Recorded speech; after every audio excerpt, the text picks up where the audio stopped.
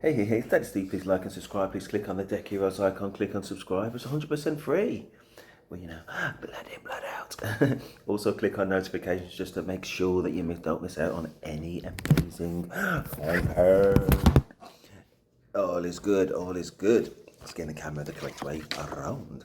Right, this is a first hearing of my boyfriend dumped me out of nowhere. I reckon we can probably give some relationship advice. I've got a 2-1 in psychology and a master's degree in economics, so I've done all that study just so I can try and help out whatever this caller has to say. Let's go.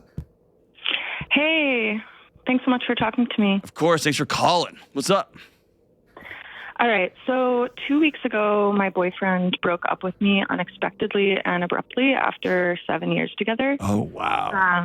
Yeah, so the breakup was really, as I mentioned, unexpected, but it also was super quick and careless, kind of like the rug being pulled out from under me. And I'm in, the waves of heartbreak, kind of really wondering like how best to move on from something so disorienting and what closure could look like and if something like that's even worth it. Oh, man. We're not in the same room, but I'm just picturing myself just sitting there with you. Thanks. I'm sorry. Yeah. Tell me what happened. Yeah, so I think, about 2 weeks ago, I thought we were meeting up for a date, and Oh, man. it was in my neighborhood, and I went out to meet up with him after kind of like saying like, oh, I'm so excited, we can have dinner, whatever, like all these things. And then I went outside to meet up with him, like just at like a park near my house that we go to a lot. And I had no idea. And I just sat down and he said, we need to talk. I want to break up with you. And that was pretty much it. Like no prompting, no nothing? Yeah. And like, we had just a month before had like a really amazing trip together, like our first time traveling in a really dedicated way. And then since we got back, like things were good, but I also felt like he was kind of pulling away in certain ways. And so I was just sort of open saying, like, I want to talk to you, or like, I want to, just kind of trying to be positive, but I had no idea. Like, I thought that maybe like eventually there were things we could talk through, but every time I talked to him about like, is everything good? Or is this just in my head? He would be like, no, everything's good. Everything's good. And so, that day I really just expected to like have a fun date and like reconnect because we hadn't seen each other in a couple of days. And he just decided to end it. And it was just not a conversation. There were no specific. Okay, I think it's a good point to do just a quick recap. 7 years relationship, sudden breakup. 1 month before they traveled, everything kind of seemed okay, but at the same time, he seemed to be pulling away about something, or straight afterwards, or straight before, not too sure.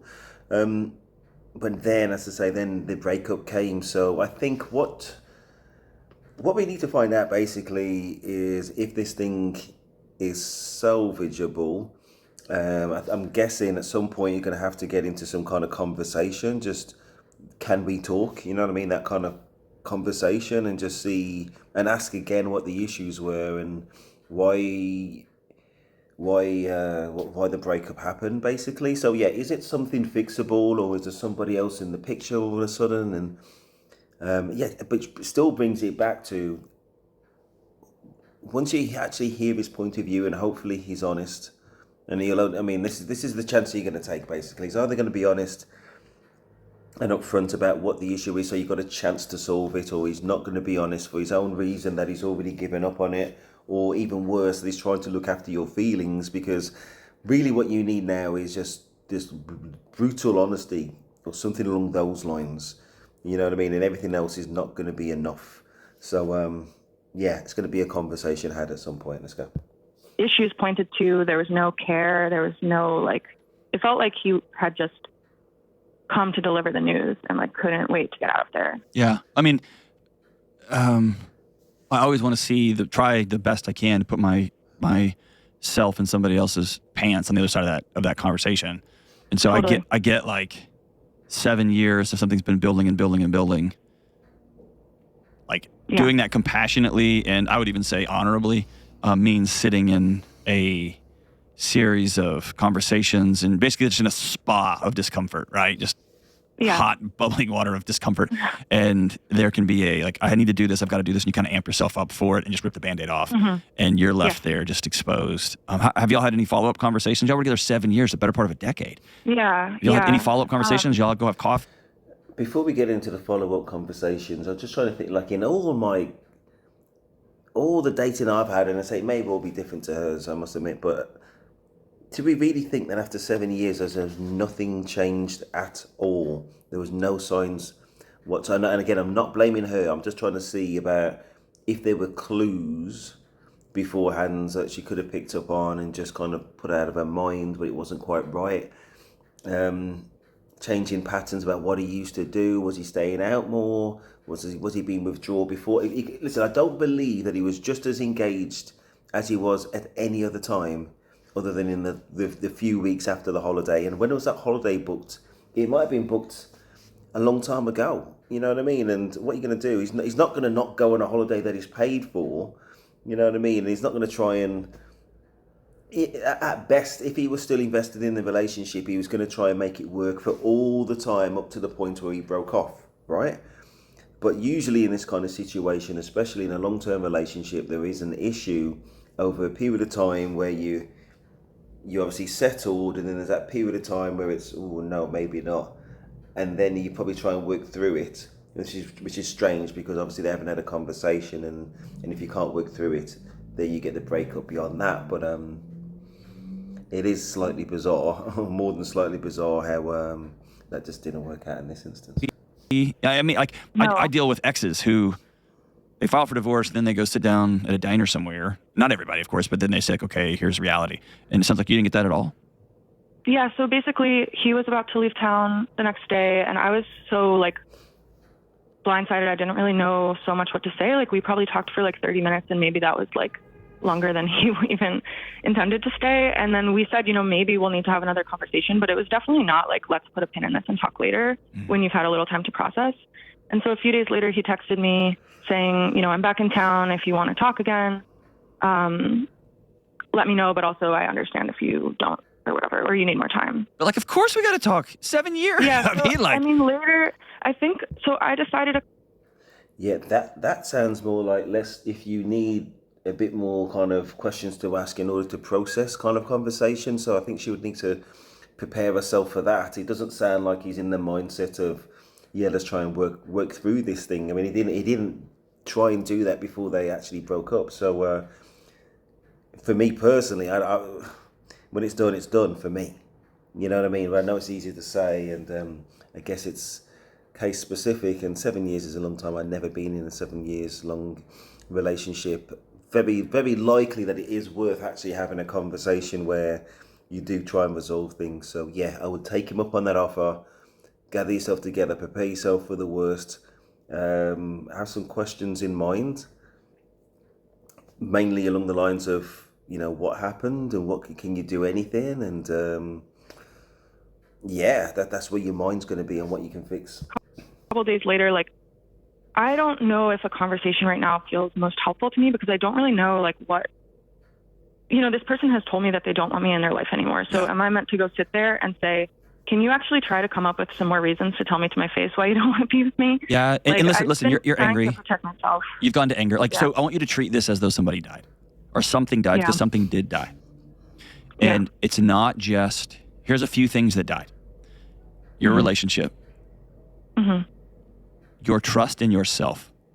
Yeah. Because I heard you saying, like, man, I had this sense. And if you go play CSI, which it is not time to do that right now. No. But if you went and played CSI and reverse engineered this, you would start to see little breadcrumbs. Yeah. And you might remember, man, he started just flipping his phone over about a year ago when I walked in. Or the response time on texting got longer and longer. Like, whatever. You'll start seeing things. But also, you know what else died? Like tomorrow. Yeah. Because whether we like it or not, we all of a sudden have these pictures that our bodies begin to rest in, and it's like what Thanksgiving's going to look like in 20 years. Yeah. It's what the holidays are going to feel like in 15 years, the next vacation we're going to take. And so all of these things die at one time, abruptly, like somebody got hit by a car, right? Yeah. And it doesn't surprise me that you're you're either in it or you're about to unload on the anger part of, like, the disbelief and the what in the world, and you kind of feel like The sun is out, but you don't really, everything's gray, right? And then the sun, you feel. Okay, it's getting a bit flowery at the moment. It's getting a bit flowery, but I think there's definitely, especially in a long-term relationship where you were at a crossroads and ticking along, then all of a sudden it's like, now you've gone left. And there is some time to need to process that for sure. But it's not dead yet. I mean, yeah, it's not good. It's not looking good, bruv. But there's still a conversation that's been offered. There's definitely, I think, a conversation to be had, and just get your answers. You know what I mean, and just expect to be ready for some honesty. You know what I mean? I think the mindset is that you don't want to go there emotional just so that he feels he can't be honest with you, because then it's pointless. It's pointless meeting up.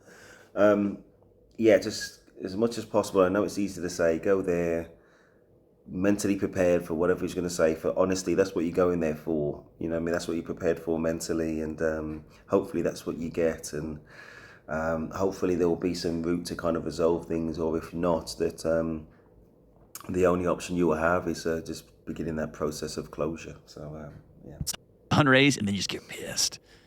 And I spent 7 years, and I didn't do what I wanted to do, and I silenced my own voices. Like, all that stuff will come out, and it's all right and good. It's all good. Mm-hmm. Here's the best, like, walking through it step by step, here's the best things I can tell you, okay? Mm-hmm. And no one's going to tell you what I'm going to tell you. And it's not like I got some secret formula. It's just that I care about you enough to be honest with you, okay? Mm-hmm. I want you to be really hyper committed to grieving this. And I want you to be hyper committed. And what's that mean? Don't try to avoid the black holeness of it all. Yeah. Being real sad.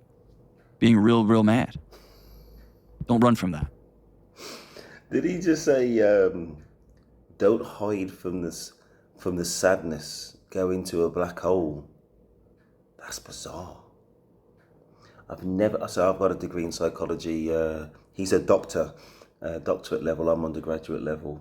But from life experience, just from dealing with problems, especially as a man. I mean, that's why I'm surprised why he's saying it. Another reason why, because I think that kind of objective detachment is what helps guys just maintain that kind of, steady road, really. But if you send yourself to crash down, you take it's like jumping in the air and not kind of bracing your fall. That's not even logical, is it? You brace your own fall. You don't look for sadness. You know what I mean? Well, unless you happen to be a psychologist, I guess, and you just want more clients, maybe. But no, listen, no.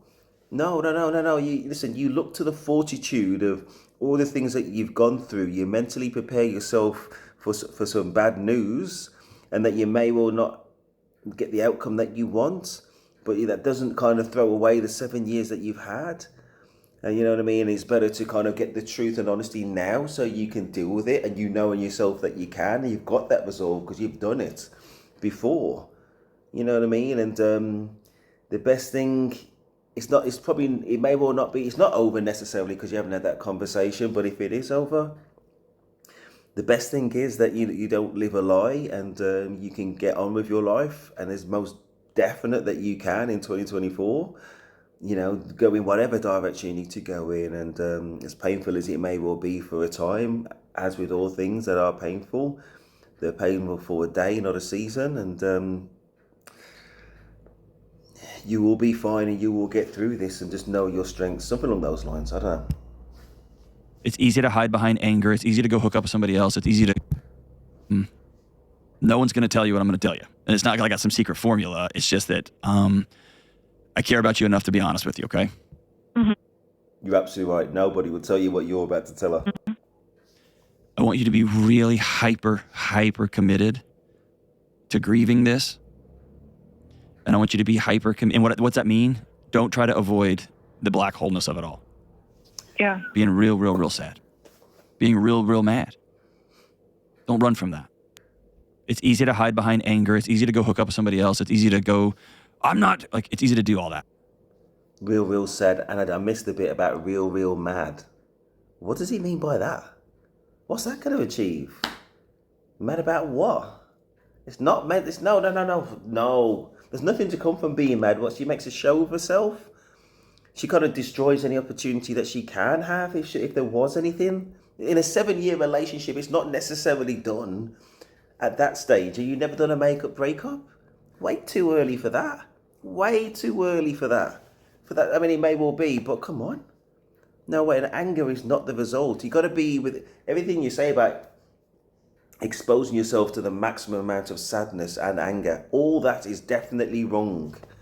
Definitely wrong. And you'd have thought, sorry, but it's just the truth. You'd think you'd be building, as a psychologist, building the machinery, the tools, the fortitude to buffer yourself from it, not to kind of face plant. It's bizarre. Anyway, let's see. It'll probably bring it all back together anyway. Usually does.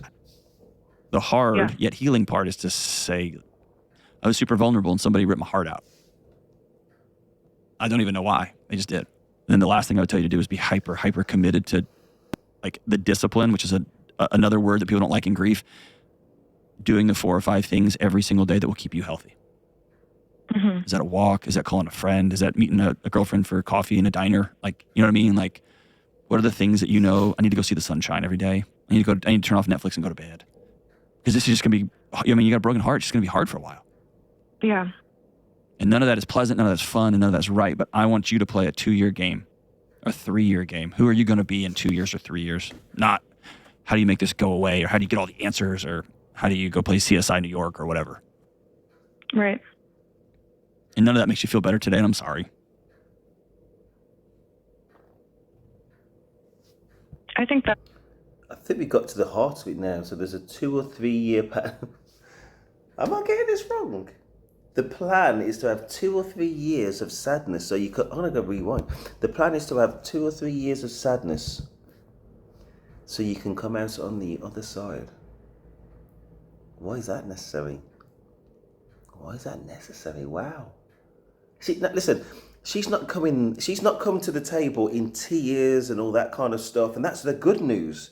That shows that she's already got this resolve about her where she can look at things and accept it for what it is and take, it's obviously not a good news and it's sad, and she has what it takes in order to put herself on the path. She's already on the right path toward, to get past this and move on to the next opportunity which comes about. Because with everything that ends just means there's another opportunity down the line, or you know what I mean, that we just not even aware of, and it may well even be better. And life has drawn out this thing for her, which is hopefully better as long as she sticks with it. Usually stick with it and have faith.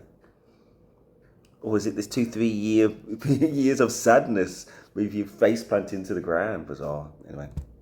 A 3-year game. Who are you going to be in 2 years or 3 years? Not how do you make this go away, or how do you get all the answers, or how do you go play CSI New York or whatever.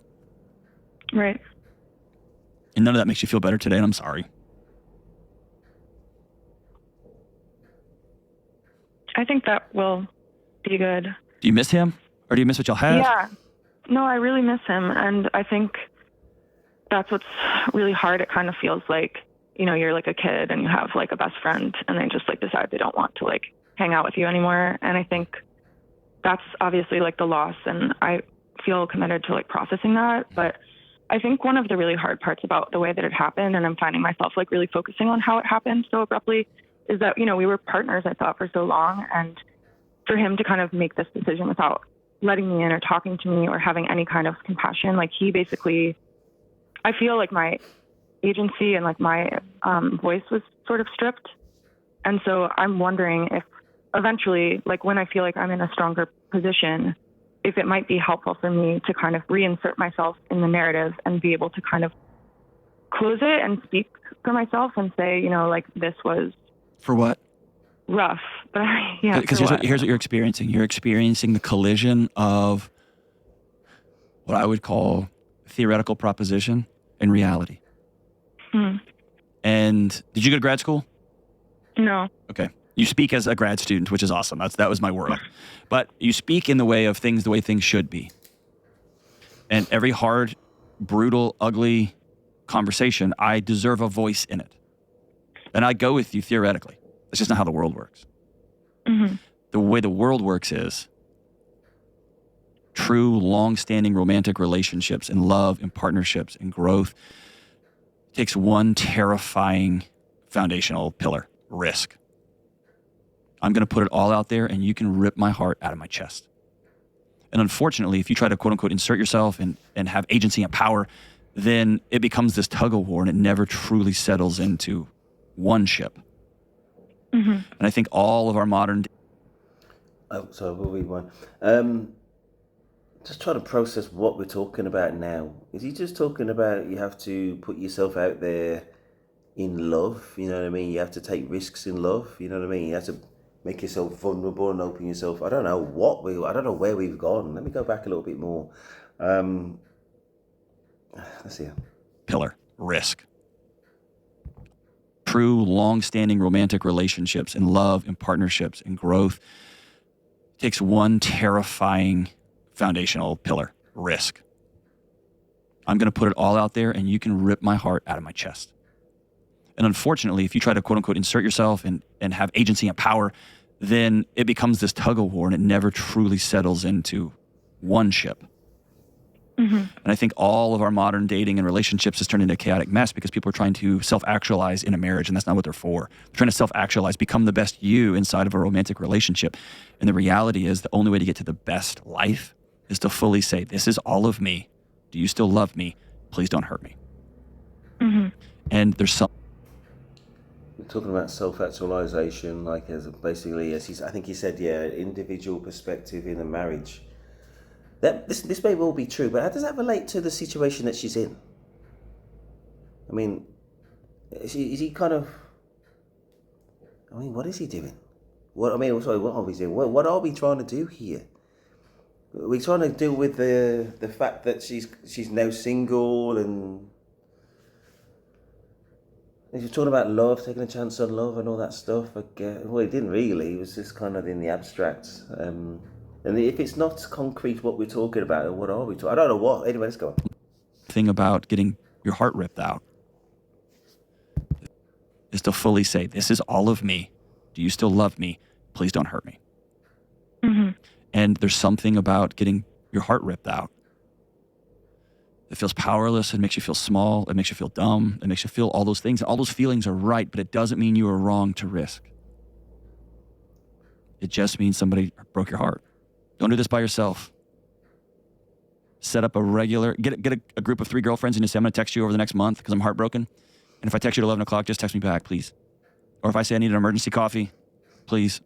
And whatever your things are, I'm not gonna go hook up with anybody. I'm not gonna date anybody. I'm not going to just sit there and watch Netflix. I'm not gonna drink. Whatever boundaries you need to put on your grief. 7 years is a long time. 7 years, you had plans. Like this was your guy, and he just bailed. I'm sorry.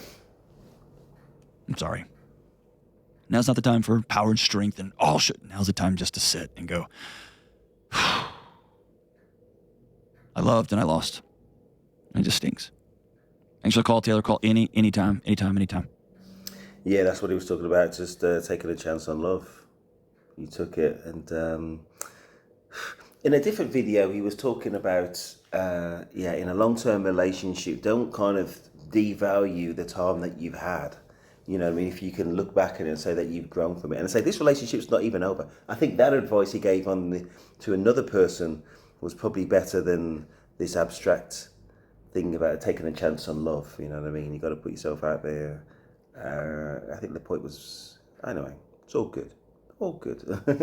Yeah, and Dr. John is definitely one of my favourites, and very smart man. And I'm interested in his personal stories and trying to add something, say, from my own experience. If you get 10 different people of whatever age in a room, you're going to have like 10 different kind of points of view, and they're all interesting, and they're all right from their own narrative. So all is good. Please like, subscribe, click on the Deck Heroes icon, click on subscribe, 100% free. Blood in, blood out. That is the name I'm at.